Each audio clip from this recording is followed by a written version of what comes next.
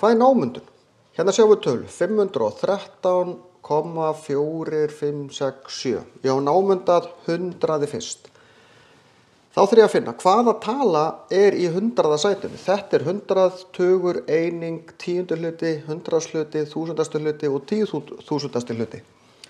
Það er 5, þetta eru 500 og þá þarf ég að kíkja á næstu tölu fyrir aftan. Hún er 1, þá er hún lægri en 5 og þá er námundunin 500.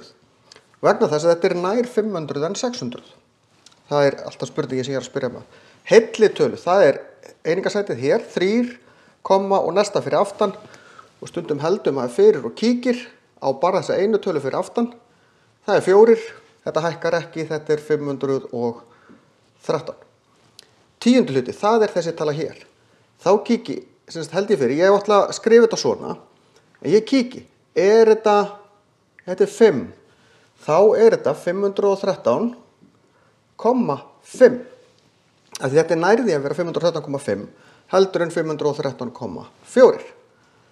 Kíki, þetta er 5, þá hækkar talan í sætunum sem er beðið. Þúsundasti hluti, það er 6, ég kíki, þetta er 5 eða hærra, þá hækkar þetta upp í 513,457.